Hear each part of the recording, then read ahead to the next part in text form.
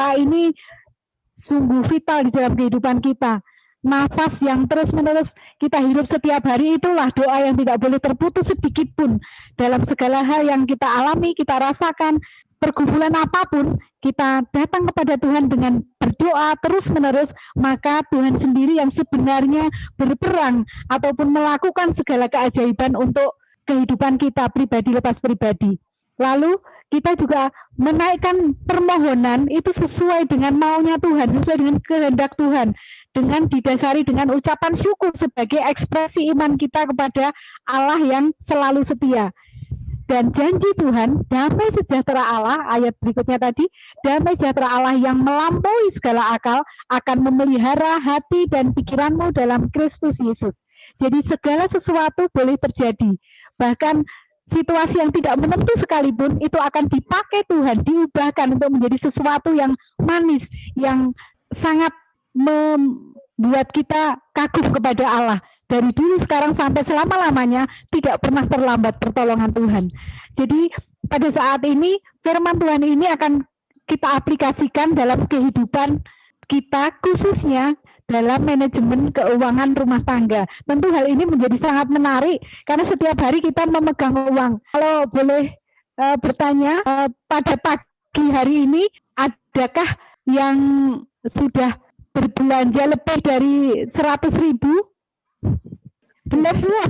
Belum. Kami 99.000, Bu. Kurang.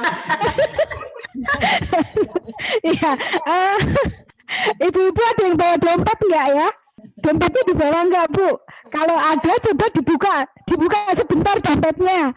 Dompetnya kalau ada ya, dibuka. Bu, barusan udah dibuka, Bu. Kosong, Bu. Tinggal strukturnya aja. Jadi suatu saat ketika kita habis berdoa pagi ya, itu terus ada perencanaan ya, mau masak apa, mau bayar SPP mungkin, atau listrik. Sekarang mungkin ada yang belum sempat bayar listrik ya, lalu rekening bayar SKS anak sekolah atau apa saja. Jadi itu ketika di saat teduh kita tuliskan dan kita doakan, bukan mengajukan proposal untuk memaksakan kepada Tuhan, bukan, tetapi untuk meminta tolong Tuhan membuat perencanaan sesederhana apapun, tetapi dengan serius kita menyampaikan kepada Tuhan, sehingga apapun keputusannya itu adalah sesuai atau seturut dengan kehendak Tuhan. Jadi kembali lagi di dompet kita, mungkin sekarang bukan hanya kartu ATM ya, mungkin ATM-nya banyak ya, tetapi juga mungkin ada catatan-catatan khusus yang sedang kita pergumulkan. Mungkin pokok doa kecil. Ibu-ibu, kita akan tutup mata, berdoa sebentar. Hal-hal besar apakah yang berhubungan dengan finance, berhubungan dengan keuangan yang belum dijawab Tuhan? 3 hal saja yang urgen, yang akan kita doakan sebentar. Kita tutup mata sebentar saja, 3 hal. Mari kita renungkan, mari kita melihat kebaikan Tuhan, kemahakuasaan Tuhan, kedaulatan Tuhan, kepedulian Tuhan. Kita sebutkan 3 hal saja di dalam hati kita. Kita tutup mata, kita melihat dari dulu, sekarang, sampai kapanpun juga Tuhan selalu mendengarkan apapun yang menjadi pergumulan kita. Dan Tuhan memberikan tepat pada waktunya, seturut kehendaknya, bukan kehendak kita. Mari bersama-sama kita tutup mata, sampaikan hal yang rasanya tidak mungkin, rasanya sulit untuk dicapai secara manusia, tetapi tangan Tuhan tidak kurang panjang untuk menolong, kuasa Tuhan tidak kurang untuk memberkati kita. Kebutuhan sebesar apapun, Tuhan Yesus jauh lebih besar. Amin. Saya minta tolong ini 1-2 ibu untuk menyampaikan hal besar yang mungkin tidak rahasia ya, yang bisa kita dengarkan untuk kita sama-sama nanti kita ingat di rumah, kita doakan. Monggo, ibu-ibu, siapa yang mau menyampaikan supaya menjadi berkat bagi kita semua? 3 hal apa yang menjadi pergumulan itu dan yakin bahwa Tuhan itu pasti menolong tepat waktunya. Kalau saya sih selama ini kan anak saya mau kuliah, Bu, untuk tahun depan ini. Ya sih, semoga pandemi segera berlalu, semoga dana yang diperlukan juga kita bisa siapkan untuk mereka, untuk dia. Terus ya suami yang masih belum bekerja selama masa pandemi itu sudah bekerja, cuma masih gaji masih dibayar cuma 25%. Iya. Tidak ada yang mustahil. Kita mohon Tuhan sendiri yang campur tangan ya Ibu ya. Amin. Ya, apapun pekerjaan suami yang sudah dipercayakan Tuhan sendiri yang akan menyempurnakan gitu nggih. Nanti dia kuliah Tuhan juga yang akan menganugerahkan. Satu lagi, monggo Ibu. Otomatis karena suami masih ini masa pandemi, otomatis ada beberapa tagihan yang masih kita tunda untuk bayar juga. Iya betul Ibu nggih. Jadi ada yang kita nanti bisa saling mendoakan nggih, yang Tuhan akan siapkan tepat pada waktunya Ibu untuk mencukupkan semua kebutuhan Ibu.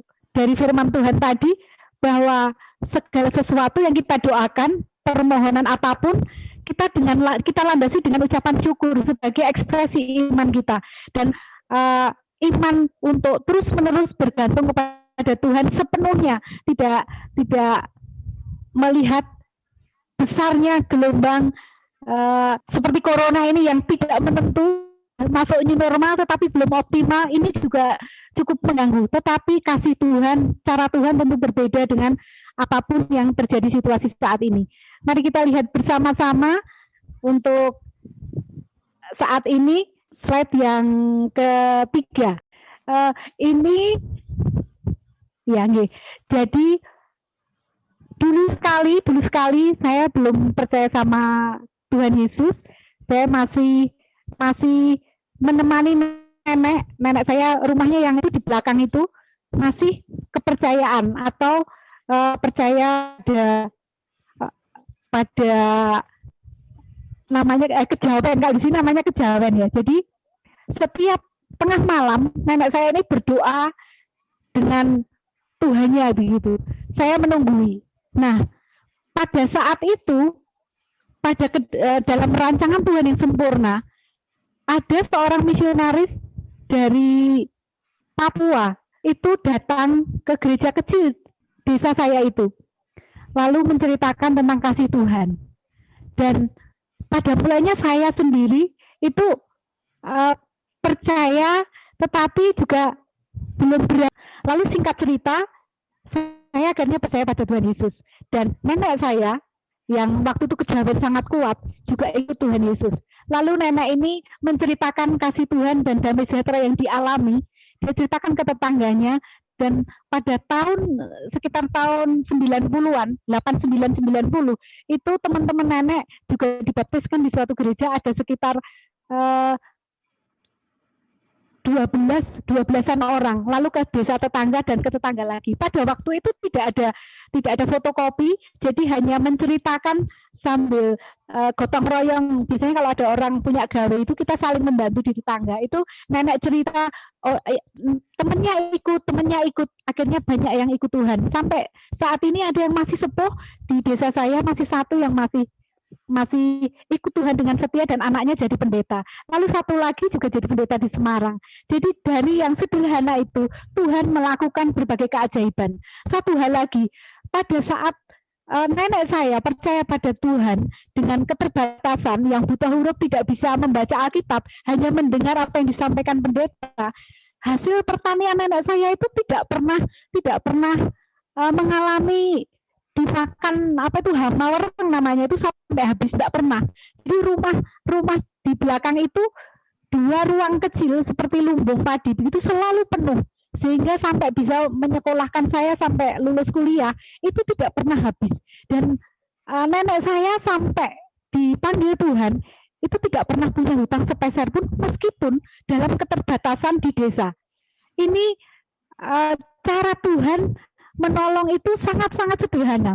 Jadi di sekitar rumah itu ada pohon kelapa sekitar 27 seingat saya, itu berputar di sekeliling rumah. Dan setiap hari ada orang yang membeli namanya pelepahnya kelapa itu. Kemudian ada kelapa itu kalau sudah dimakan tuh ada namanya tempurungnya, lalu ada sepetnya ya, atau apa itu namanya, kulit apa, itu juga dibeli orang, hampir tiap hari ada orang yang membeli. Tidak kekurangan ketika musim-musim sangat tinggi, itu sampai kerak ya, kalau kita dulu anak nasi itu ada keraknya, itu dibeli orang dan hasilnya itu tidak pernah habis, selalu ada pertolongan Tuhan, selalu ada.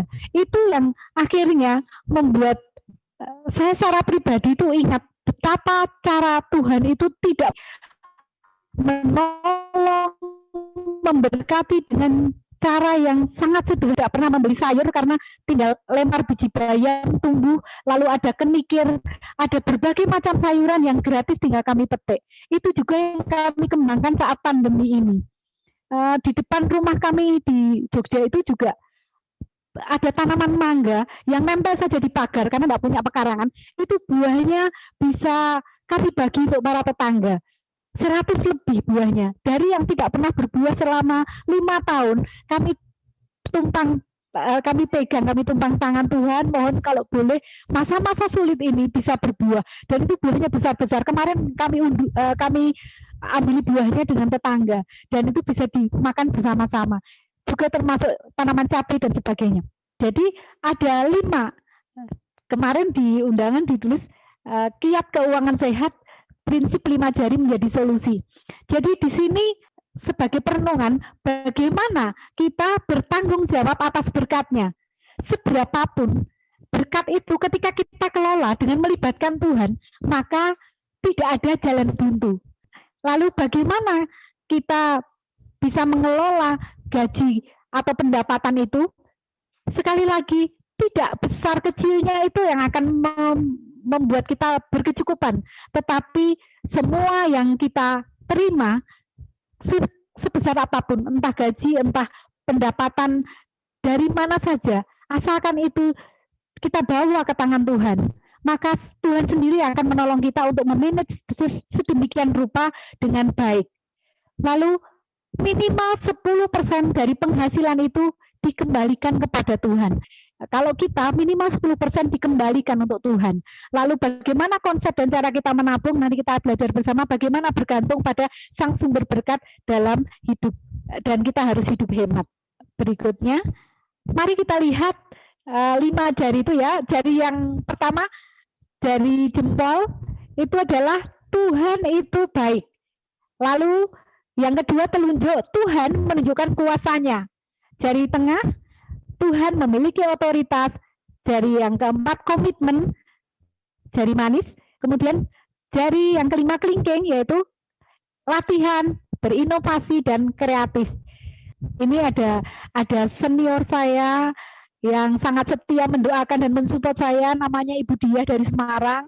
Mohon Ibu menyampaikan 3 menit tentang kebaikan Tuhan dalam kehidupan yang terus-menerus menopang hingga saat ini. Bahkan Ibu Diah ini meskipun sakit kanker yang terus berobat rutin tiap-tiap hari, namun dipakai Tuhan menjadi berkat di mana-mana, menyampaikan kesaksian, bahkan memuridkan banyak orang, dan Tuhan selalu memberi kekuatan yang selalu baru. Monggo Ibu Diah. Jadi kenalkan, tadi Bu Rini sudah bilang, saya Ibu Diah dari Semarang. Bersyukur dalam kehidupan saya secara pribadi dan keluarga, sejak saya itu percaya menerima Dia sebagai Tuhan dan Juru Selamat saya sungguh sana penyertaan dan pimpinan Tuhan demikian rupa yang saya merasa luar biasa ya. Jadi singkat cerita, saya ketemu Tuhan. Kemudian selesai saya kuliah, saya mengambil keputusan melayani full time. Jadi itu perjalanan saya. Kemudian kami ditempatkan di Solo dan sekarang kami diutus Tuhan untuk melayani di Semarang ya. Saya menikah dengan seorang suami, ada 2 anak, laki dan perempuan. Yang laki-laki keduanya sudah selesai kuliah semua dan saat ini juga sudah bekerja semua. Dan yang laki-laki umur 28 tahun sudah menikah 1 tahun yang lalu ya. Bersyukur Tuhan berikan seorang istri yang baik dan setia. Kemudian anak yang kedua perempuan juga sudah bekerja ya. Singkat cerita, dalam perjalanan pelayanan saya tahun 2013 ya, itu anak-anak masih kuliah dan seterusnya, saya memang didiagnosa oleh dokter kena kanker ya di kepala. Jadi waktu itu operasi pertama, kemudian operasi kedua tahun 2015, kepala saya harus dibuka. Jadi ibu-ibu kalau melihat jidat saya ini kan agak bergelombang begitu ya. Itu jadi pernah dibuka kulitnya, kemudian dibur, kemudian diambil sesuatunya itu tutup kembali ya. Kemudian tahun 2019 itu buka kepala yang kedua ya, setelah anak saya menikah kemarin. Di tengah-tengahnya saya harus kemo, kemudian saya harus disinar dan seterusnya.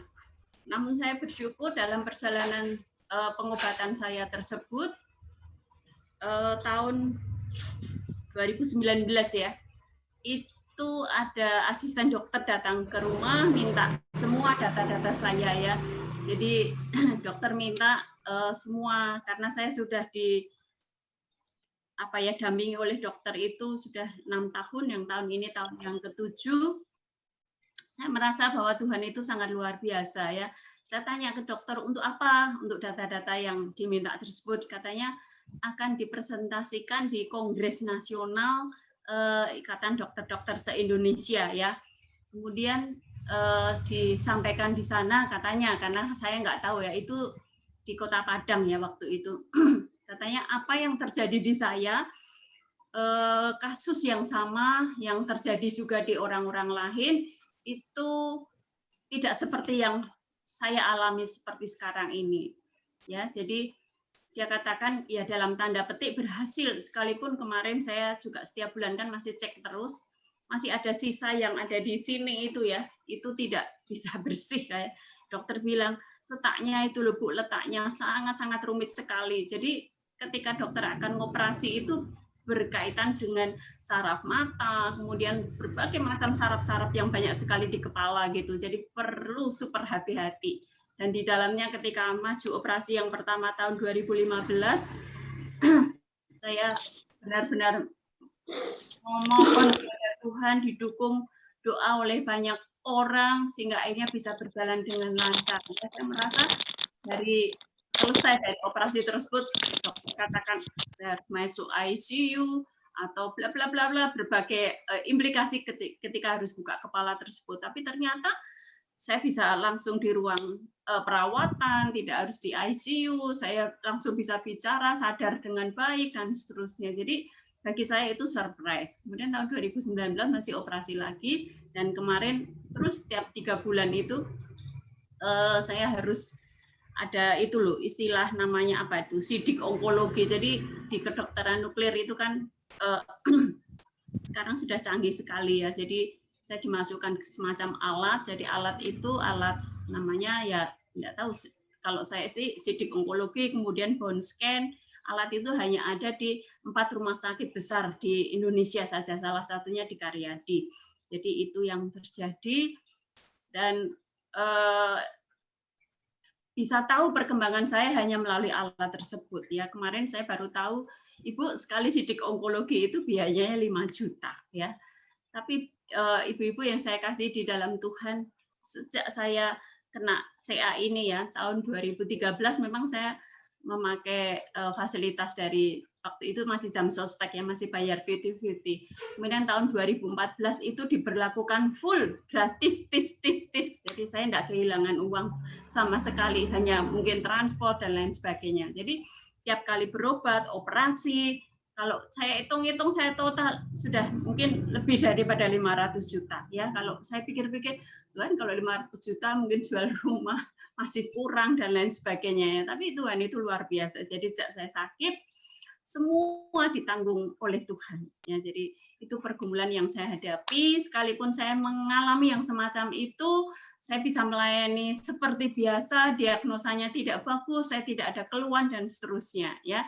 Itu yang saya alami dari berkat-berkat yang lain juga saya merasa Tuhan sudah sediakan yang terbaik. Ya, saya kira itu lebih dari 3 menit. Minta maaf, masih banyak yang belum diceritakan. Tapi kasih Tuhan itu memang sungguh-sungguh ajaib dan luar biasa. Selamat siang. Ya, silakan Mbak Rini, saya kembalikan. Terima kasih Bu Dia, sungguh menolong dan memberkati kami. Ini belum kesaksiannya Bu Eva, Bu Christine, nanti ada Bu Yulia, Kak Jenny masuk belum ya dari Ambon, lalu ada Kak Citra masuk belum, Kak Citra atau Bu Maria atau Bu Elizabeth atau siapa saja, punya banyak kesaksian yang sangat indah, karena Tuhan tidak pernah berhenti menolong, selalu ada kebaikan yang kita rasakan. Jadi prinsip jempol tadi Ibu Dia menyadari kebaikan Tuhan, memahami kebaikan Tuhan, lalu merasakan, dan kita juga tertransfer ya semangatnya Bu Dia, bagaimana merasakan kebaikan Tuhan dan mengagumi kebaikan Tuhan. Dan Tuhan itu tidak pernah berhenti hanya dengan corona. Sekali lagi, boleh kantong kita atau dompet kita tadi, Ibu siapa tadi, mungkin sempat menipis ya, tidak apa-apa. Meskipun tinggal 10.000 atau 5.000, ingat, Tuhan punya ATM yang tidak pernah habis. Bisa kita pejet kapan saja, asalkan nanti kita lihat bagaimana kita memejet ATM Tuhan supaya tidak pernah habis. Jadi segala sumber berkat itu adalah Tuhan. Jadi pekerjaan adalah karunia Tuhan, apapun pekerjaan itu. Dan harus dikerjakan secara serius dan konsisten. Tidak lupa kita berserah pada Tuhan yang berkuasa memberikan hasil yang terbaik. Jadi apapun pergumulan ke depan, jadi begini, pada waktu saya mau menyampaikan firman Tuhan tadi itu, mata saya kan berwet. Saya tanya pada suami, ini kacamatanya perlu diganti gitu. Saya lupa bahwa mata kanan saya itu sudah tidak beres. Jadi saya minta tolong untuk dibersihkan tadi itu. Terus suami saya bilang, ini bukan kacamatanya gitu ya. Terus saya langsung tertawa dengan penuh sukacita begini. Oh iya ya, saya lupa. Biasanya kalau berbuat gitu kan dikasih tisu basah, disemprot gitu langsung bersih lagi. Ini membuktikan kuasa Tuhan. Bersyukur sekali matanya masih satu yang bagus. Jadi masih bisa bertemu dengan ibu-ibu di Bali yang cantik-cantik, yang penuh semangat. Dan kita akan terus-menerus mempercayakan segenap hidup kita kepada Tuhan. Mari kita melihat berikutnya. Minta tolong dibacakan Ibu Neogenesis ya, sama-sama ya. Untuk yang 1, 2, 3, 3-3-nya ya. Tolong Ibu Neogenesis bacakan bersama-sama. 1, 3. Prinsip jempol Tuhan itu baik. 1, menyadari kebaikan Tuhan.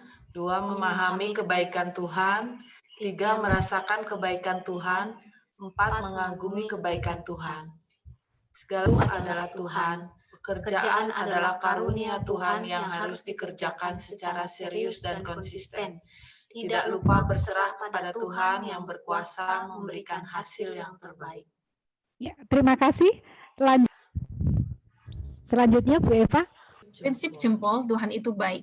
Satu-satunya jalan bahwa uang itu akan melakukan kejahatan adalah bila dia di bawah kuasa, kata John Avancini. Merasakan kebaikan Tuhan seharusnya dapat dimulai dari hal-hal sederhana. Tuhan adalah pencipta, untuk itu dialah pemilik segalanya. Tapi dia telah memilih kita untuk merawat ciptaannya. Ya, terima kasih Bu Eva. Jadi kita sangat bersyukur ya, dipercayai Tuhan dengan apapun yang kita punya. Lalu kita lihat gambar berikutnya. Lanjut Bu Eva. Nah, di sini waktu bulan lalu ya Bu Eva ya, kita bersama-sama bersekutu. Sekarang ini lukisan saya sudah tambah. Sebenarnya bukan karena pintar melukis, tetapi karena keajaiban. Karena pada waktu mau memulai melukis, itu belum menjadi plan, karena kepingin nunggu pensiun, atau bukan pensiun ya, ketika sudah tidak terlalu banyak keluar di lapangan, saya kepingin sesekali membuat lukisan. Namun Tuhan memajukan planning saya itu dengan cara terjadi kecelakaan itu membuat saya menjadi menjadi mau tidak mau harus melukis untuk mengurangi kram di kepala. Jadi pada waktu kram itu sering terjadi, harus minum obat namanya RG Colin itu kalau ditotal dengan vitaminnya dan sebagainya itu setiap bulannya 116.000. Hal ini mempersulit untuk biaya sekolah anak-anak. Lalu kami berdoa dengan suami dan anak-anak supaya Tuhan dengan caranya yang kreatif, yang ajaib, bisa mengurangi pengeluaran yang sangat besar itu. Dan puji Tuhan, akhirnya Tuhan memberikan kemampuan untuk melukis yang sudah saya tinggalkan 30 tahun yang lalu. Semula untuk belajar melukis itu, jangankan melukis, untuk memilah-milah warna, untuk mencampur warna, itu aja sangat sulit. Lalu kami berdoa puasa, Tuhan tolong, supaya tidak usah minum obat kimia yang sangat banyak itu. Mengurangi untuk obat matanya, untuk obat sarafnya dan sebagainya. Kami memohon pada Tuhan untuk bisa diatasi dengan cara terapi. Lalu saya baca beberapa buku tentang terapi warna dan akhirnya buku tersebut memberikan atau menolong saya untuk mencoba melukis lagi. Lukisan yang pertama itu kakak saya juga dari seni rupa, dari isi Jogja, saya dari isi Solo. Itu agak sedikit mungkin nggak tega kalau mau mengoreksi karena lukisannya nggak terlalu seperti yang diinginkan. Lalu dicoba lagi. Nah, kendalanya saat ini cat warna, cat minyak itu tidak semurah dulu pada waktu kuliah. Satu cat saja yang Rembrandt yang asli itu yang kecil itu 390.000. Bagaimana mungkin bisa membeli cat yang sangat banyak itu? Akhirnya kami tidak memikirkan catnya. Apa saja yang bisa digoreskan kami pakai. Krayon yang harga mungkin 50.000 enggak apa-apa. Kami pakai balik dulu. Yang penting bisa fokus latihan menggoreskan warna, lalu latihan fokus supaya matanya bisa tenang, tidak gampang blero itu kalau melihat orang itu jadi double gitu ya.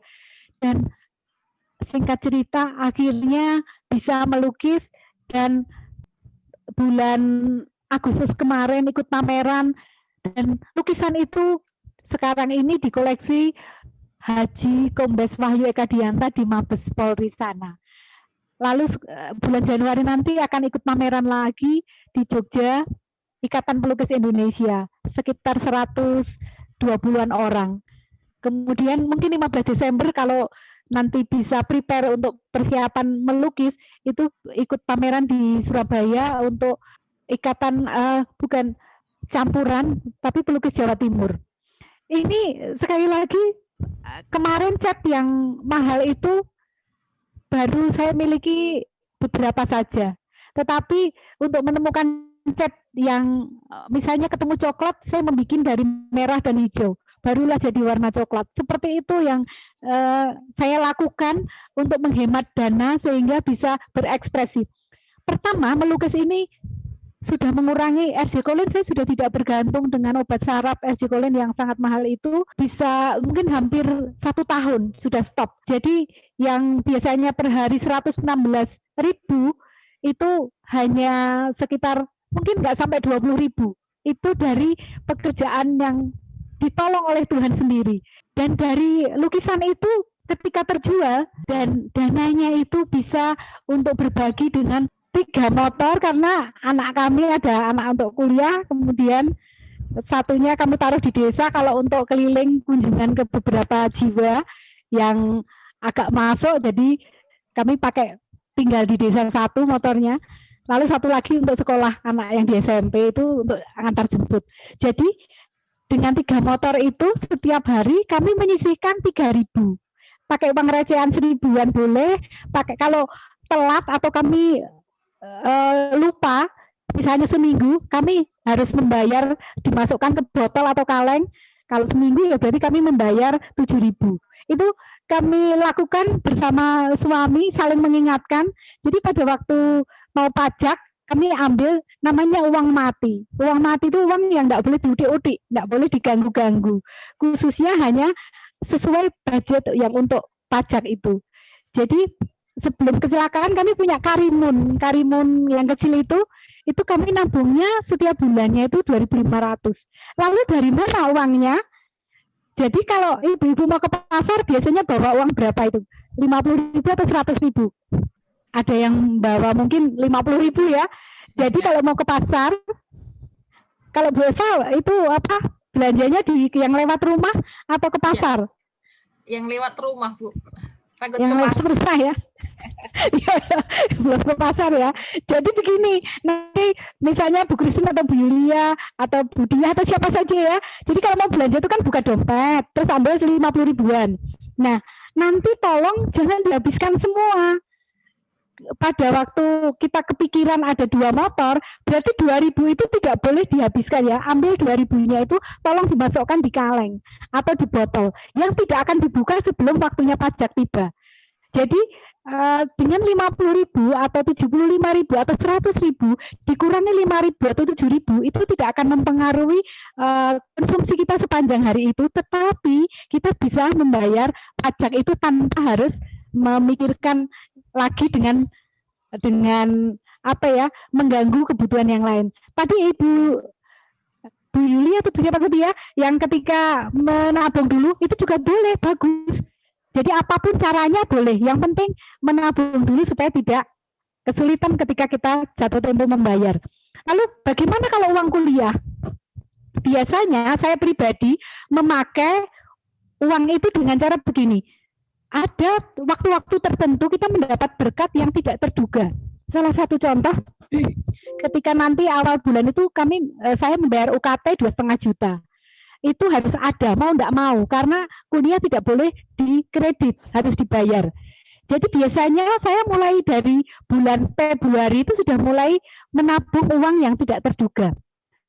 Pada waktu kemarin saya diminta tolong untuk mengedit buku, lalu dikasih fee satu buku itu 300.000, buku kecil 300.000. Uang itu karena itu uang yang sebenarnya tidak untuk konsumsi harian, tidak untuk belanja sembako dan sebagainya.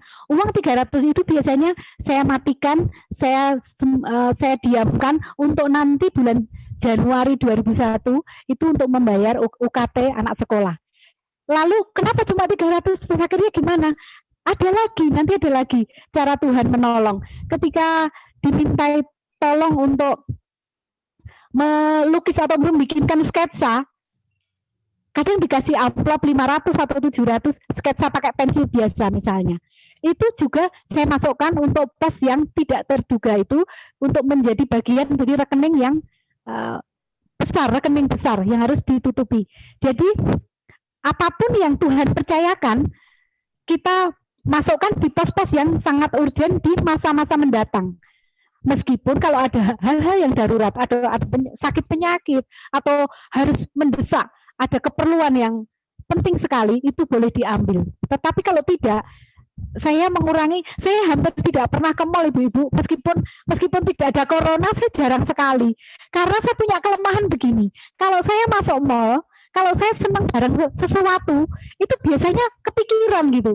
Misalnya saya suka sepatu yang agak lumayan gitu, karena supaya awet. Jadi sepatu saya yang sekarang ini usianya sudah hampir 21 tahun, tidak pernah ganti, warnanya putih dan masih bagus. Waktu itu harganya sekitar 225.000, sampai sekarang masih bisa dipakai. Sehingga jatah yang untuk beli sepatu sekitar mungkin kadang-kadang 3-4 tahun gitu kita ganti sepatu. Saya belum ganti. Itu uangnya masuk di SPP anak-anak. Jadi cara-cara yang sederhana itu akan menolong kita. Monggo dilanjut Bu Eva.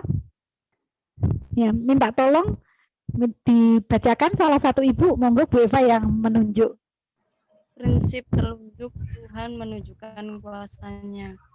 Menerima dan mengeluarkan uang sesuai petunjuk Tuhan dimulai dengan doa lalu mengaturnya dengan cermat. Salah satu cara mendengar arahan Tuhan adanya bersyukur atas semua berkat-Nya. Mengeluarkan uang sesuai skala prioritas. Kreatif menambah penghasilan dengan usaha keras. Hidup hemat namun tetap murni. Ya, terima kasih Ibu Puji. Jadi segala sesuatu yang kita kerjakan sehubungan dengan uang, karena uang itu gampang larinya ya, kalau dipegang tangan. Jadi berdoa dulu, memohon arahan Tuhan, supaya kuasanya itu benar-benar kita rasakan. Lanjut Bu Eva. Prinsip jari tengah, monggo Bu Eva. Dibacakan siapa yang belum tadi, nggih? Prinsip jari tengah. Prinsip jari tengah, Tuhan memiliki otoritas. Tuhan memiliki kedaulatan, Tuhan memiliki otoritas. Bersyukur dalam segala keadaan ketika kita sudah berusaha semaksimal mungkin. Hasilnya rahasia Tuhan. Apapun kita serahkan pada kedaulatan Tuhan. Berkah itu asal dari Tuhan. Jika ada kesulitan, kegagalan, atau hasil tidak sesuai harapan, Tuhan pun sanggup menggantikan berkah itu melalui caranya. Berkah itu sangkan parah, sebab Tuhan itu maha baik. Mungkin Ibu bisa sharekan kedaulatan atau otoritas Tuhan dalam kehidupan Ibu. 1 menit saja, supaya kita juga mendapatkan berkat dari kesaksian Ibu. Monggo Bu. Silakan Bu Christine. Monggo Bu Christine. Saya selalu bersyukur walaupun dalam keadaan apapun, dari terutama pada masa tahun ini, masa pandemi. Satu hal aja yang saya minta dari Tuhan adalah kesehatan. Amin, amin. Karena kalau sudah kita sampai kena penyakit COVID seperti itu membuat kita tidak bisa berbuat apa-apa, tidak bisa bekerja, tidak bisa melakukan aktivitas bagaimana kita sebagai ibu, sebagai istri. Jadi apapun dalam keadaan apapun sampai saat ini saya selalu bersyukur pada Tuhan, karena sampai saat ini Tuhan selalu memberikan apa yang saya doakan selama ini, yaitu kesehatan, damai sejahtera dalam keluarga. Iya. Puji Tuhan. Harta yang paling besar, kesehatan itu sangat-sangat luar biasa ya Bu. Kalau sudah sehat itu apapun jadi, aktivitas apapun jadi. Jadi di sini Tuhan itu memiliki otoritas penuh dan berdaulat penuh atas hidup kita. Jadi kesehatan yang tidak ternilai harganya. Kalau secara finansial itu tidak bisa dihitung. Ketika kita bangun tadi pagi, kita menghirup udara segar, kita bisa melihat cahaya matahari, kita bisa bersyukur, kita bisa memuji Tuhan dengan alam sekitar yang kita nikmati. Bagaimana ketika burung berkicau, bagaimana burung yang bisa terbang ke sana kemari tanpa memikirkan hujan turun atau angin kencang atau awan yang gelap dan sebagainya. Demikian juga apalagi kita sebagai anak-anak Tuhan yang dikasihi Tuhan. Ketika kita sudah diberi kesehatan, kita akan terus-menerus bisa melakukan hal-hal yang menyenangkan hati Tuhan. Kita terus fokus kepada rencana Tuhan. Jadi tadi dari tengah, kalau kita lihat itu paling tinggi, itu Tuhan memiliki kedaulatan atau otoritas. Jadi apapun yang sedang kita pergumulkan, tadi sudah sehat, lalu kita memanage kembali ke finance, ke keuangan. Kalau kita sudah memanagenya dengan baik, maka segala yang menjadi kesulitan kita, itu Tuhanlah yang bertanggung jawab untuk menolong. Karena sekali lagi Tuhan tidak pernah membiarkan kita kekurangan. Bahkan lebih dari cukup. Setiap hari ada saja cara Tuhan menolong. Lanjut Bu Eva. Ya, sudah Bu. Ibu Yesi. Monggo Bu dibaca Bu. Saya baca ya. Ya Bu Yesi. Prinsip jari tengah, Tuhan memiliki otoritas. pengelolaan keuangan rumah tangga yang sehat sangat penting untuk menunjang stabilitas keluarga. Buku ini sangat mudah dimengerti, dilengkapi panduan dan contoh-contoh praktis yang dapat diterapkan dalam kehidupan sehari-hari. Wajib dibaca. Semoga dapat menjadi berkat bagi banyak rumah tangga. Marlin Wiriawan. Jadi ini promosi ya Bu ya, promosi. Jadi buku kecil ini dipakai Tuhan pada waktu itu sedang workshop di Komputa. Marlin Wiriawan itu ownernya Komputa di dekat UGM Yogyakarta. Jadi di situ ada banyak karyawan yang gabung dengan Kayana Riset di Kaliurang, gabung dengan kantor kontraktor papahnya dan Komputa, toko komputer. Beberapa pegawai gajinya tetap, tapi ketika memasuki masa-masa pandemi itu agak kesulitan karena juga tidak leluasa bergerak, khususnya bagian marketing, tidak leluasa untuk lari sana lari sini. Namun demikian Tuhan memelihara dengan cara menekan sedikit budgeting untuk pengeluaran-pengeluaran yang tidak perlu. Dan tentu di sini juga dialami oleh ibu yang punya usaha. Apapun yang terjadi ketika ada evaluasi bulanan. Jadi saya pribadi bersama suami ini ketika galeri itu mulai sekitar bulan Juli, akhir Juli, kami evaluasi sekitar 2 bulan yang lalu.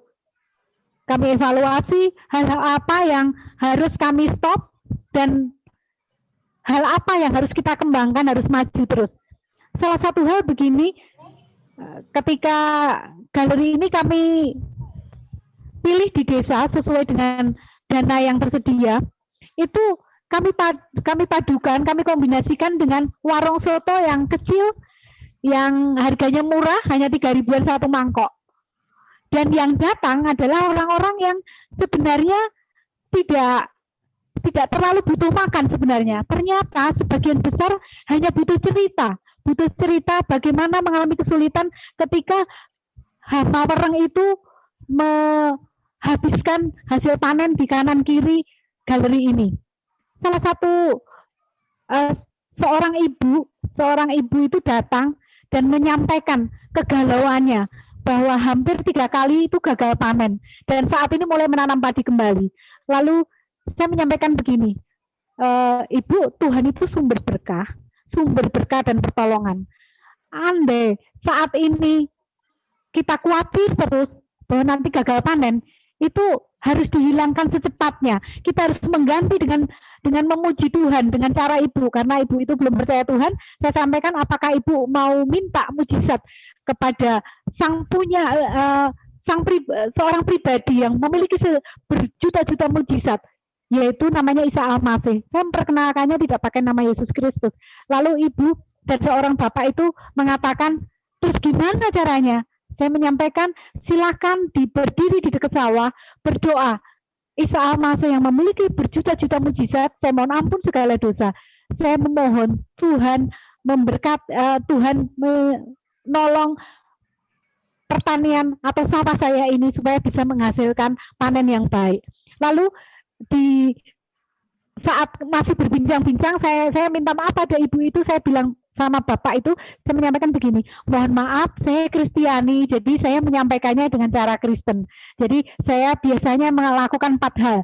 Saya memuji Tuhan saya, lalu saya mohon ampun segala dosa, lalu saya mempersilahkan Isa Al-Masih untuk tinggal di hati saya, karena mujizat itu terjadi ketika saya mempercayai dengan segenap hati saya. Itu saya sampaikan, lalu saya tanyakan apakah bapak atau ibu pada waktu itu petani itu datang itu, saya tanyakan apakah mau berdoa, saya doakan bersama-sama. Ada yang langsung mau berdoa dan menyerahkan hasil panennya pada Tuhan setelah berdoa mau menerima Isa Al-Masih. Tetapi ada juga yang menolak, mau berdoa di rumah. Jadi kembali lagi, otoritas Tuhan atas hasil panen itu menjembatani pembicaraan akan kasih Tuhan yang juga sanggup melakukan berbagai keajaiban. Dan kami sedang menunggu jawaban Tuhan supaya mereka bisa panen pada saat ini. Sekarang sudah sekitar 3 minggu mereka menanam padi Dan ketika kami ketemu, kami sampaikan jangan berhenti berdoa, berharaplah pada Tuhan yang menyatakan diri dalam Isa Al-Masih. Tetapi yang menolak, yang tidak mau, kami juga tidak akan memaksakan untuk seperti itu. Lanjut, Bu Eva. Ya, komitmen dari manis. Nah, saya mau menanyakan, siapakah yang masih memakai cincin pernikahan? Masih pakai semua? Saya pakai. Pakai ya, Bu. Kalau mungkin lupa dipakai, kira-kira masih muat nggak, nggih? Untungnya masih muat. Oh, masih muat, nggih? Ya, masih muat, nggih? Iya. Saya ketawa karena saya udah enggak pakai karena udah selesai, udah gendut. Iya. Jadi menunjukkan kemakmuran yang diciptakan Tuhan ya. Jadi suami saya juga nggak bisa pakai di sebelah kanan, pakai di kiri aja kadang-kadang nggak dipakai, sudah nggak bisa muat, nggak masuk lagi karena karena sudah sesak. Tapi ada juga yang tetap bisa muat di jari manis yang kanan. Nah, kita akan mengingat kembali pada saat kita menyatakan ya saya menerima dengan segenap hati suami kita ya. Kita ingat waktu itu suami kita kelihatan ganteng sekali, baik sekali, sangat sabar. Apakah ada perubahan saat ini, Bu Ibu? Tambah ganteng masih. Jadi kita masih tetap sabar ya? Ya, amin, Bu. Amin. Jadi kegantengan itu tidak hanya meskipun begini ya, meskipun rambutnya. Jadi saya dulu ketemu suami saya yang pertama rambutnya tebal, tapi sekarang agak menipis, nggak apa-apa. Gantengnya dari versi lain. Jadi seperti masih tambah imut-imut ya. Jadi di situ tadi di slide yang kedua itu ada foto suami saya. Jadi meskipun tidak setebal dulu rambutnya, meskipun tidak berwarna hitam lagi, sudah warna-warni, tetapi itu menunjukkan betapa setianya ya. Kami menikah kemarin tanggal 2 Desember itu sudah 25 tahun, pernikahan perak. Jadi kekayaan Tuhan itu juga pada saat suami kita bisa tersenyum, bisa tetap menikmati masakan yang kita sajikan. Lalu setiap bangun pagi tersenyum karena hari yang indah. Nah, bagaimana kita ibu-ibu? Apakah kita selalu tersenyum juga berapapun isi dompet suami?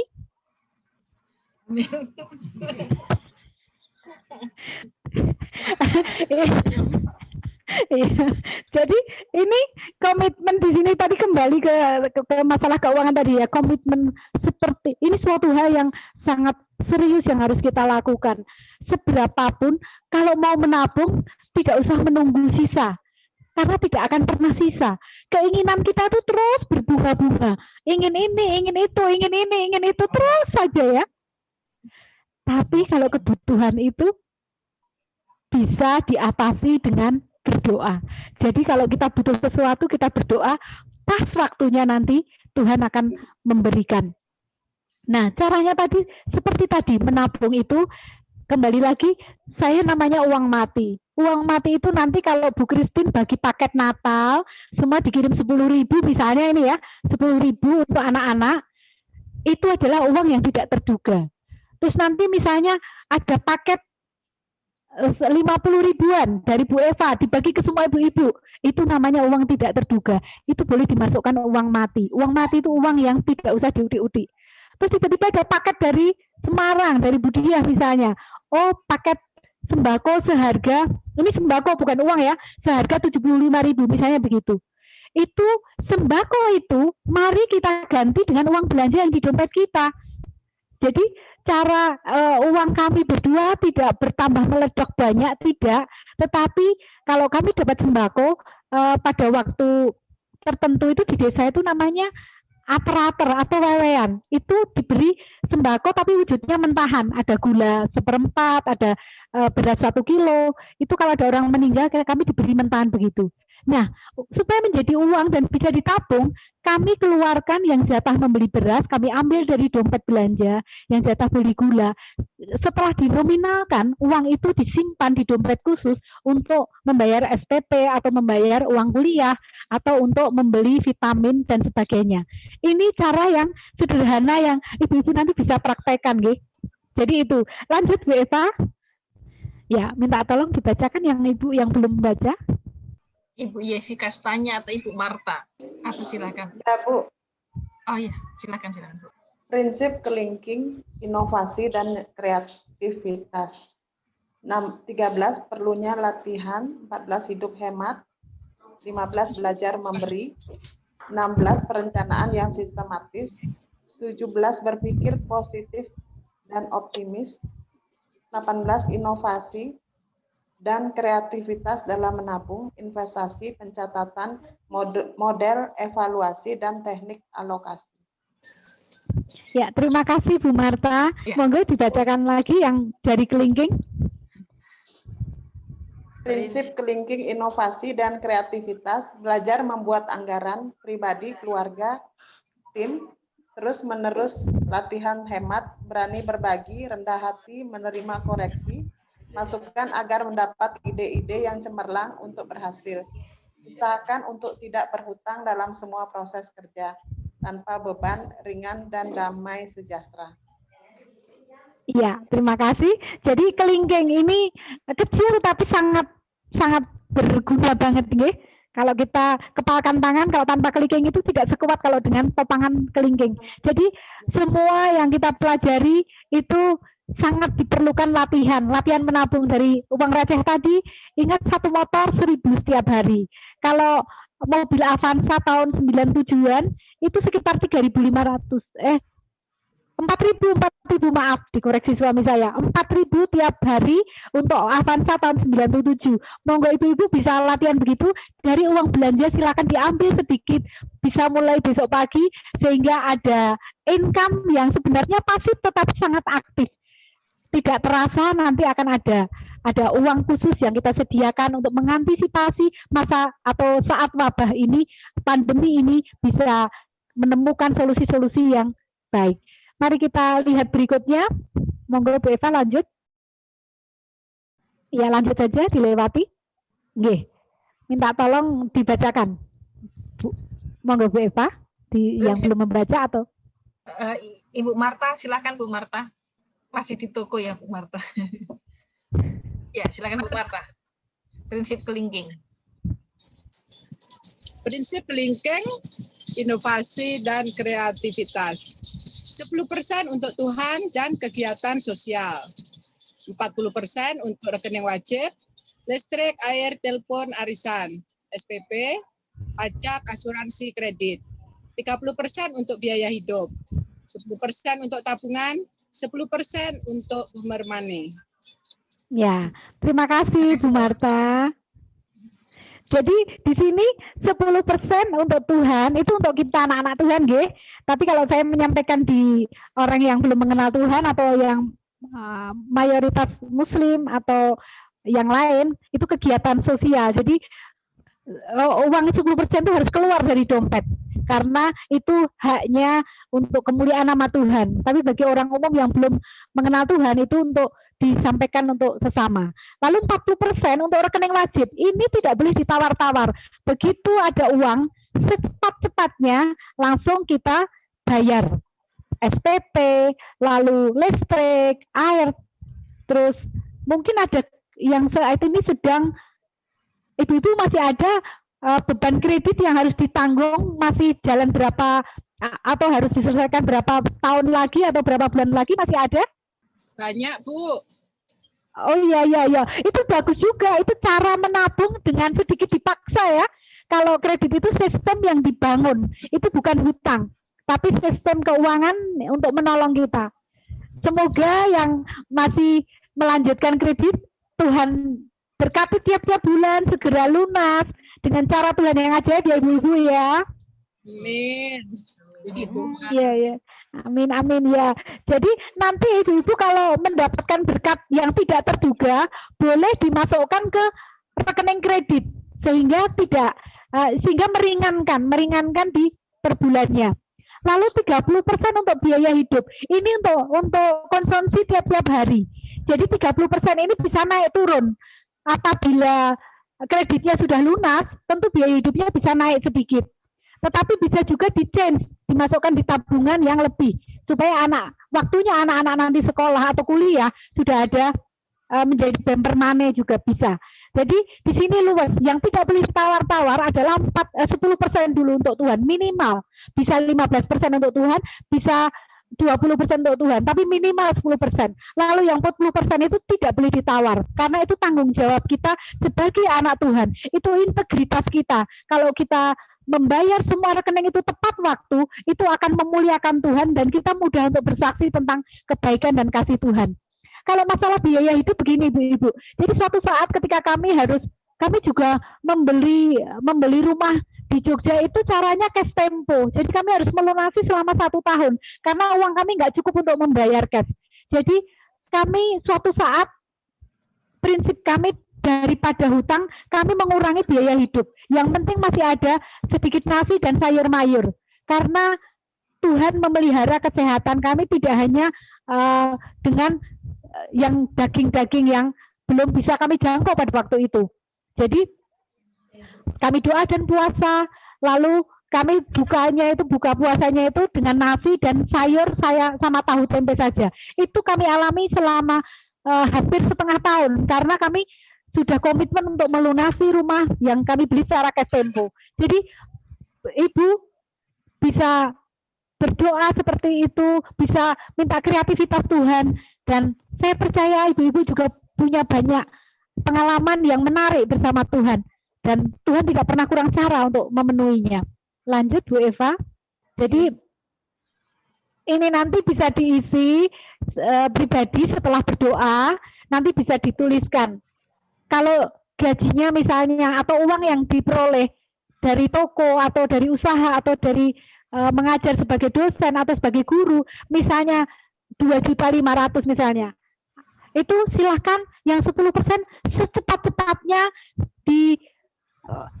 dialihkan atau dipersembahkan ke gereja setempat atau ke pekerjaan Tuhan atau ke hamba Tuhan, monggo secepatnya. Karena disinilah kuncinya. Ketika 10% itu, minimal 10% itu kita kembalikan kepada Tuhan, maka kita akan berkelimpahan dengan 90% tersebut. Karena Tuhan punya cara ajaib. Lalu 40% rekening wajib, ini apabila belum terlanjur mengambil kredit, ini menjadi rambu-rambu. Jangan sampai kita mengambil kredit, entah rumah, entah mobil, entah motor, itu melebihi dari rekening wajib ini. Kalau 40% itu akan naik menjadi 60%, maka akan kesulitan. Jadi nanti Ibu-Ibu ini hanya rambu-rambu. Jadi kalau biaya hidup itu bisa turun naik. Lalu tabungan. Untuk tabungan ini usahakan begitu mendapatkan berkat, entah 50.000, entah 100.000, silakan disisihkan. Jangan menunggu sampai habis. Tetapi kalau semua untuk rekening sudah habis, ya sudah, nggak usah nabung dulu, tetapi kita berharap dengan kreativitas mengerjakan yang lainnya. Entah nanti membuat kue kecil-kecil dititipkan di kantin, atau sesuai talenta yang Tuhan berikan boleh dilakukan, atau yang pintar menjahit, membuat masker, atau apa saja yang bisa dilakukan.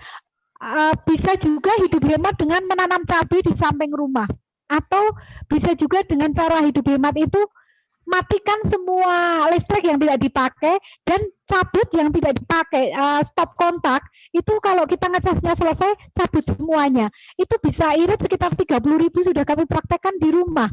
Jadi kalau TV atau komputer selesai dipakai, itu kami matikan, sudah di shutdown, kami cabut dari aliran listriknya. Itu sangat irit sekali.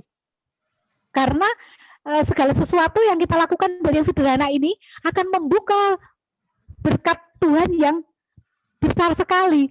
Jadi listrik yang biasanya di tetangga kami itu tidak sama-sama 1.300 watt, itu kami hanya membayar sekitar 200.000, tetapi di tetangga kami bisa sampai 400. Ternyata itu pajak cara pemakaian listriknya. Satu lagi AC. AC itu digunakan hanya waktu mendesak. Tiap hari hanya jam-jam tertentu itu akan mengurangi bisa 200 sampai 400 ribuan. Salah satu karyawan di perusahaan tertentu di Jogja itu listriknya bisa mencapai 700.000 tiap bulan. Lalu kami menyarankan agar hanya jam tertentu untuk dinyalakan, tidak dipakai selama berjam-jam. Dan itu dilaksanakan bisa menghemat dana yang cukup krusial. Jadi apalagi mesin cuci ya, ibu-ibu kalau mesin cuci boleh dipakai kalau baju sudah agak banyak, tidak 10 atau 15, tapi agak banyak. Bagaimana kalau baju itu urgent? Bolehlah sambil olahraga dicuci pakai tangan ya. Jadi monggo itu bisa kreatif apa saja. Lalu begini, untuk yang masih punya anak-anak kecil, biasakan untuk bawa sangu. Oh ini sudah pandemi ya, nggak perlu sangu, bawa bekal dari rumah ya. Anak kami yang besar dari TK sampai kuliah bawa bekal dari rumah. Kalau pulang kuliah sampai sore bawa 2 kotak makan dan pakai lauk yang tidak gampang bau, jadi bisa awet. Itu kita total selama 1 tahun itu bisa membantu sekitar 1 juta untuk bayar kuliahnya. Jadi uangnya memang tidak bertambah, tetapi Tuhan itu sangat baik. Dengan cara-cara yang sederhana ini, ibu-ibu bisa menambah income. Kelihatannya pasif karena tidak tambah secara aktualnya, tetapi dari budget itu bisa dialihkan ke hal-hal yang urgent tanpa mengurangi kebutuhan-kebutuhan lainnya. Jadi itu yang bisa saya sampaikan. Lanjut, Bu Eva. Jadi sekali lagi matur nuwun, Gusti berkahi ibu-ibu yang punya banyak pengalaman. Mari diteruskan yang positif, optimis, tetap kerja keras, kita. Kalau kita itu semangatnya akan tumbuh terus menerus. Mohon maaf, mungkin waktunya kelamaan ya Bu Eva ya. Saya kembalikan ke Bu Eva. Sebelumnya mohon Ibu Marta ya menutup di dalam doa. Ibu Marta udah live. Oh, udah live ya? Ya. Boleh saja tutup firman Tuhan ini dalam doa, nggih? Ya, mari kita berdoa. Bapa di surga, kami mengucap syukur untuk pertolongan Tuhan karena kami percaya arahan-Mu tentang bagaimana kami mengelola berkat-berkat yang Tuhan Yesus berikan. Tuhan menolong kami agar ke depannya kami menjadi lebih baik lagi, menjadi ibu-ibu yang lebih bijaksana di dalam mengelola keuangan kami. Terima kasih Bapa di surga, kami menyerahkan Ibu Rini yang sudah menyampaikan kebenaran firman-Mu, Tuhan menganugerahkan kesehatan, kekuatan, dan bahkan berkat-berkat yang melimpah, dan Tuhan memakai Ibu Rini menjadi berkat buat banyak orang lagi. Terima kasih Bapa, dalam nama Tuhan Yesus kami sudah berdoa. Amin. Amin. Ibu-ibu mengakhiri pertemuan kita. Terima kasih Bu Rini yang sudah menyampaikan kiat bagaimana mengelola keuangan dengan 5 jari kita. Saya percaya kita diberkati. Terkadang hal-hal yang kecil kita bisa menabung, bisa menghemat ya untuk berkat-berkat Tuhan itu. Kita akan mengakhiri pertemuan kita. Terima kasih Bu Rini, Tuhan Yesus memberkati. Terima kasih ya. Terima kasih. Kami dikuatkan Terima bagaimana kasih. jalan ya di tengah pergumulan. Terima kasih Bu Eva, Bu Rini. Terima kasih Bu. Ya, kita akan mengakhiri dulu di dalam doa penutup dan doa berkat. Minta kesediaannya. Ya, mari kita berdoa. Bapa kami di dalam surga, kami memuji Engkau, kami menyembah Engkau dan memuliakan Engkau karena Engkau Allah yang sungguh baik bagi kami. Dan biarlah hari pas hari kami boleh terus menikmati kembali berkat apa Tuhan itu baik bagi kami. Dan saat ini Tuhan kami mengakhiri persekutuan kami. Tuhan tolong kami supaya kami terus-menerus bertumbuh menjadi pengelola yang baik, menjadi penata layan keuangan yang baik, sehingga hidup kami terus dilimpahkan sukacita ketika kami pun mengelola keuangan kami secara lebih bertanggung jawab bagi kemuliaan nama Tuhan. Kami juga berdoa untuk persekutuan ini, Engkau terus memberkati Bu Eva, Pak Andi yang mengelola, supaya terus-menerus ditambah-tambahkan sukacita daripada Tuhan, terus ditambah-tambahkan hikmat daripada Tuhan. Terima kasih banyak Tuhan Yesus, kami mengucap syukur dan kami menyerahkan semua dalam tangan Tuhan. Sekali lagi, biarlah kiranya kasih karunia dan damai sejahtera yang melampaui segala akal akan memberkati persekutuan ini dari sekarang sampai dengan selama-lamanya. terpujilah namamu. Di dalam nama Yesus kami berdoa dengan penuh hormat dan ucapan syukur. Haleluya. Amin. Amin. Terima kasih Ibu-Ibu. Sebelum kita mengakhirinya, kita ada kehormatan bertemu dengan hamba-hamba Tuhan dari Semarang dan dari Jogja.